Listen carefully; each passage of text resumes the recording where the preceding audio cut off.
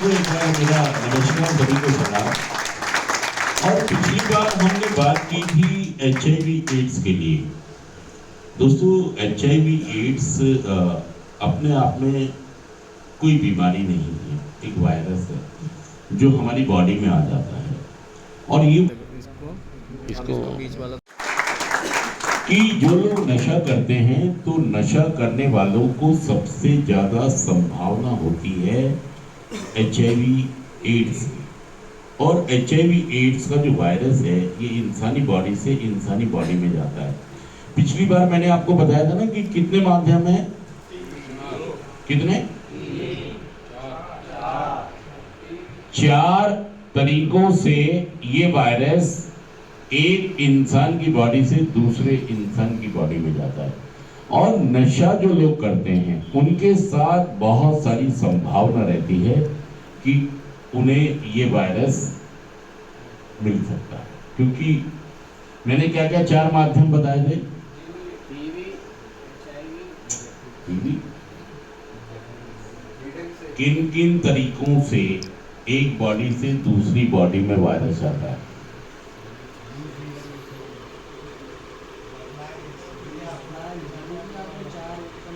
नहीं बताया तुमने। मैंने आपको बताया था कितने माध्यम हैं कि ये वायरस एक बॉडी से दूसरी बॉडी में जा सकता है।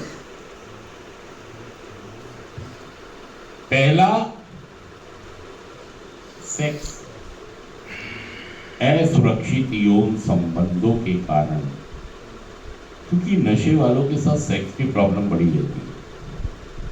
रेड लाइट एरिया में जाना, जीबी रोड जाना, किसी को पकड़ लेना, कोई मिल जाए, मतलब हर समय जुगाड़ में लगे रहते हैं नशे करने वाले। किसके? और जब उनको ऑब्सेशन आता है सेक्स का तो वो ये देखना भूल जाते हैं कि मुझे सुरक्षित संबंध बनाने हैं। वो जहाँ भी जैसे भी होते हैं सेक्स करने को तैयार। इसलिए नशे वालों के साथ ये संभावना ज़्यादा रहती है कि वायरस सबसे ज़्यादा सेक्स के कारण एक व्यक्ति से दूसरे व्यक्ति में जाता है। और इसके अलावा दूसरा क्या कारण है? सुई, निडल। देखिए, दूषित सुई मतलब कि जो लोग नशा करते हैं इंजेक्शन से, तो कई बार ये लोग क्या करते हैं, एक दूसरे की सुई यूज करते हैं। इसने लगाया इंजेक्शन, उसने लगाया, उसने लगा, उसने भी लगा दिया। या कई बार हम डॉक्टर की दुकान पे जाते हैं तो ये सुनिश्चित नहीं करते कि सुई उबली हुई है या सील पैक है या नहीं, और हम सुई लगवा देते हैं। तो हो सकता है कि वो सुई पहले भी यूज हुई हो और खुदा ना खास्ता कि किसी के लगी उसके HIV और आपके भी हो सकता है। तो दूसरा माध्यम है इसका कि निडल से भी ये वायरस एक बॉडी से दूसरी बॉडी में जाता है। और तीसरा है खून। क्या है? ब्लड। दोस्तों, ब्लड की जरूरत हर इंसान को जीवन में पड़ जाती है, परिवार में पड़ जाती है। खून चढ़वाना पड़ जाता है। तो जब हम खून ब्लड बैंक से लेकर आते हैं तो खून की जांच नहीं करते कि वो प्रमाणित है या नहीं, वो HIV रहित मोहर लगी है या नहीं। मतलब HIV रहित में उसकी जांच होती है कि इसमें कोई वायरस। अभी सभी ब्लड बैंक उसकी जांच करते हैं। कई खून में कई तरह के वायरस होते हैं तो उन सबकी जांच करके वो स्टम्प करा के आपको खून। तो जब भी ऐसी कोई नौबत आए कि खून खरीदना पड़े या चढ़ाना पड़े तो ये सुनिश्चित कर लें कि खून जांच किया हुआ, नहीं तो उस खून से भी वो वायरस एक बॉडी से दूसरी बॉडी में प्रवेश कर सकता है। और चौथा है गर्भवती महिला। चौथा है गर्भवती महिला जिसके पेट में बच्चा है, तो हो सकता है कि उसके होने वाले बच्चों को वो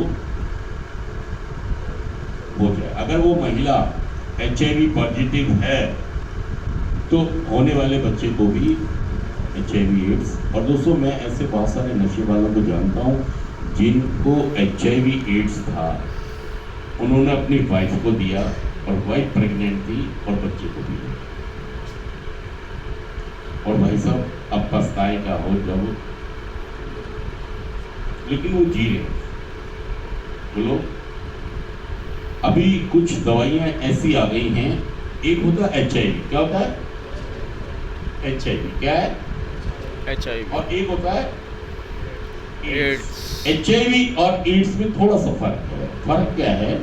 आपको तो दोनों एक जैसा लगता है ना। HIV पॉजिटिव प्रवेश कर गया, वायरस प्रवेश एंटर, लेकिन वो एड्स नहीं बनाए। वो अब ऐसी दवाइयां संसार में आ गई हैं कि पहले तो 3 महीने से लेके और 3 साल तक HIV का जो वायरस है क्या बन जाता था? लेकिन अब तो दवाइयां ऐसी आ गई हैं कि इसको 3 साल की बजाय 20, 15, 20 साल भी रोका जा सकता। और इंसान अपना ख्याल रखें, पहले से जांच हो जाए, क्योंकि कई लोग इसकी जांच नहीं कराते। देखिए, आप लोग ये कहेंगे जी इसके लक्षण क्या है। तो लक्षण सबसे बड़े ये हैं कि आपको खुद पता है कि आपने कुछ ऐसी चीज़ें तो नहीं की पीछे। अगर की हैं तो हॉस्पिटल जाके तुरंत, डरना नहीं है, घबराना नहीं है। जो आ गया वो तो आ ही गया, हम फिर उसकी रोकथाम, उसका डॉक्टर से सलाहें, दवाइयां, मतलब HIV पॉजिटिव हो गए हैं तो उस वायरस को डेवलप होने से दवाइयां रोक सकती हैं। लेकिन अगर आप जल्दी नहीं गए और वो तो भाई साहब फिर लेने के। तो इसलिए मैं कह रहा हूं कि नशे वालों को सबसे ज्यादा संभावना रहती है कि वो HIV पॉजिटिव हो सकते हैं। तो ये जो वायरस है, HIV का मतलब है ह्यूमन इम्यून वायरस। ये एक इंसान से दूसरे इंसान में जाने वाला वायरस जो हमारे इम्यून सिस्टम को कमजोर या खत्म कर देता है। इम्यून सिस्टम पता है आपको? किसी को इम्यून सिस्टम किसी को मालूम है किसको कहते हैं?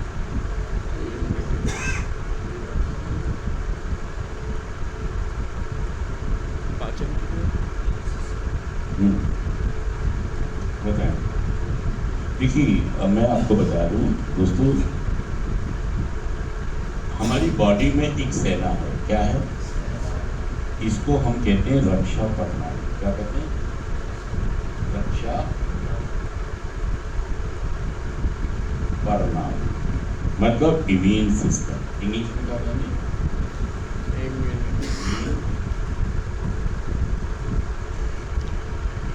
Immune system. ये क्या करता है इम्यून सिस्टम? इसका काम बॉडी में है कि मान लो किसी इंसान को बुखार हो गया। क्या हो गया? बुखार भी एक वायरस है, बुखार भी एक है ना। तो बॉडी में क्या आ गया? वायरस आ गया। कौन लड़ेगा इससे? Immune system. डॉक्टर क्या करेगा? डॉक्टर क्या करेगा? किसको दवाई देगा? इसको कहीं सेना है। क्या ये?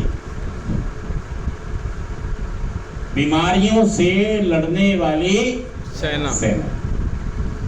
बुखार हुआ, बुखार इसके ऊपर हावी हो गया, बुखार इस पे, इसको इसने, और हमारे को बदन दर्द, बुखार, उल्टियां, बहुत सारी प्रॉब्लम्स। मतलब ये जो वायरस है इसने क्या किया? इसको दबोच दिया। डॉक्टर ने क्या किया? डॉक्टर ने आपको PCM दी या जो भी दवाइयां दी। तो उसने किसको दी? उसने जांच की, पहले तो अपने अंदाजे से दवाई दे दी कि नॉर्मल आपको बुखार हुआ है तो ये दवाई खा लो आप। उसने दवाई दे दी और ये दवाई कई बार काम कर जाएगी और कई बार। उसने हल्की PCM दी, वायरस उतना भारी नहीं था और ये रक्षा प्रणाली क्या हो गई? मजबूत। और उसने फिर इसको दबोच लिया, इसे खत्म। कई बार ये डेंगू भी हो सकता है, मलेरिया भी हो सकता है, तो यहाँ पर वो दवाई उतनी स्ट्रॉन्ग दे देगा। और दवाई किसको देगा? मीन सेना को। मतलब अगर हमारी फौज बॉर्डर पे खड़ी है, 1 लाख सिपाही वहां, तो हम तो हथियार किसको देंगे? तो ये जो आपका इम्यून सिस्टम है, ये जो वायरस है HIV का, ये इसको क्या करता है? खत्म कर देता है। अब क्या करेगा? अब बुखार हुआ किसी को, डॉक्टर दवाई किसको देगा? किसको किसको देगा? सेना ही नहीं है, आदमी नहीं है बॉर्डर पे, तो टैंक, हथियार, गोले, बारूद, सब किसके पास जो है वो क्या करेगा? कुछ भी नहीं होगा। तो इम्यून सिस्टम तुम्हारा इस वायरस ने खत्म कर देगा। फिर आपको जुकाम हो जाए, बुखार हो जाए, कुछ भी हो जाए, वो ठीक। HIV एड्स अपने आप में कोई बीमारी नहीं है, लेकिन ये वायरस हमारे इस इम्यून सिस्टम को खत्म कर देगा। और संसार में आज इसका कोई पुख्ता इलाज भी नहीं है। इस वायरस अंदर आ गया तो इसको बाहर नहीं। वर्ल्ड एड्स डे 1 दिसंबर, तो उसी उपलक्ष्य में मैं चाहता हूँ कि सभी जितने लोग नशा करने वाले हैं सभी अवेयर हो जाए कि भाई साहब देखिए। और मतलब HIV एड्स, TB और हेपेटाइटिस, इनके खतरे तो आपको, नशा तो है ही बीमारी आपके जो चिपक गई है, इसके अलावा भी। तो ये जो इम्यून सिस्टम है इसको मजबूत बनाना खत्म। सेना ही खत्म। अभी का बताइए, आप किसके पास बम गोली भिजवाए? AK-47 ग्रेनेड, तो किसको दोगे? दोगे वो तो ऐसे ही पड़े रहेंगे, चलाएगा उन्होंने। तो इम्यून सिस्टम अगर नहीं है तो उससे वायरस से लड़ेगा। डॉक्टर स्ट्रॉन्ग किसको करेगा? तो फिर वो व्यक्ति इम्यून सिस्टम नहीं, उसकी इतना सा जख्म भी होगा वो भी ठीक, क्योंकि वो तो दवाई करेंगे ना यार, और दवाई चलेंगी किसको? स्ट्रॉन्ग किसको करेगा? वो लड़ेगा। ये कुदरती सिस्टम है। इसको बाहर की हमारी साइंस स्ट्रॉन्ग करती है दवाई सिस्टम। किसका है? ऊपर वाला। हाँ, ये कुदरती। किसको नहीं, इम्यून सिस्टम को एंटीबायोटिक खत्म नहीं करता है। एंटीबायोटिक कई वायरस को मारने के लिए होता है, लेकिन उससे ज़्यादा अगर आप करेंगे तो फिर उसके साइड इफेक्ट बढ़ जाएंगे। वो डॉक्टर आपको बोलते हैं कि 5 दिन से 7 दिन से ज़्यादा। तो वो तो ऐसा ना कि आप अगर एंटीबायोटिक खा रहे हैं तो उसमें बहुत तरह की चीज़ें हैं वो वायरस को मार रही हैं। अगर आप भाई साहब एंटीबायोटिक ज़्यादा खा जाओगे तो फिर तो वो दूसरे पार्टों को भी गलाएगा।